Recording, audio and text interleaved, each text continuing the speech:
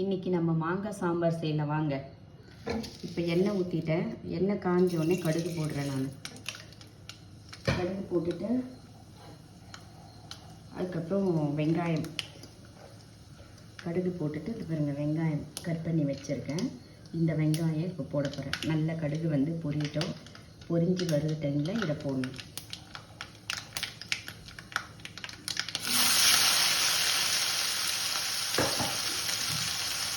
அதுக்கப்புறம் இது பண்ணி பூண்டு வச்சுருக்கேன். பூண்டு வந்து நல்லா தட்டி வச்சுருக்கேன்.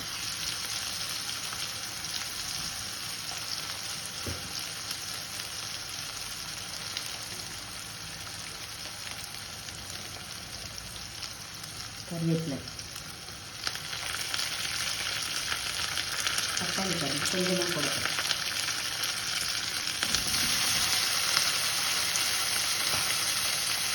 ஏன்னா புளிப்பு தன்மை வந்து நிறைய இருக்கும் அந்த மாங்காயில், அதனால் வந்து கொஞ்சமாக தக்காளி போடும்.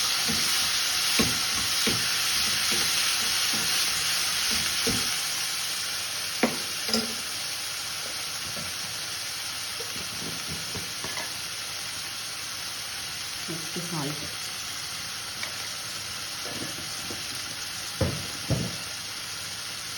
பெருங்காயம்,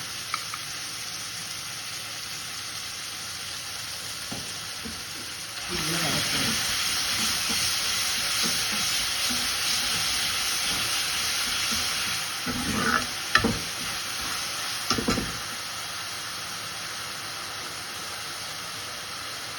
இது பாருங்க மாங்காய் எங்கள் மரத்துலேருந்து கடிச்சிட்டு வந்த மாங்காய் எவ்வளோ இலசாக இருக்கிற புளியை கட் பண்ணி வச்சுருக்கேன்.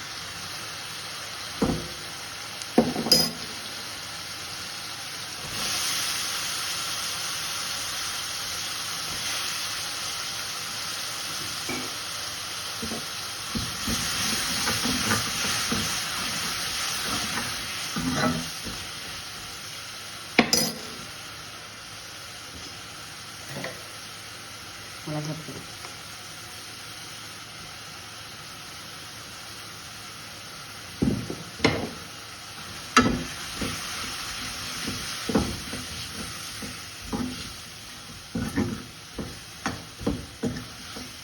நல்லா எண்ணெயிலே வதங்கட்டும். ரொம்ப நேரம் வந்து மாங்காயெலாம் வதக்கணும்னா அப்படியே குழஞ்சி போயிடும். அதனால் ரொம்ப நேரம் மாங்காய் வந்து வதக்கி வைக்கக்கூடாது.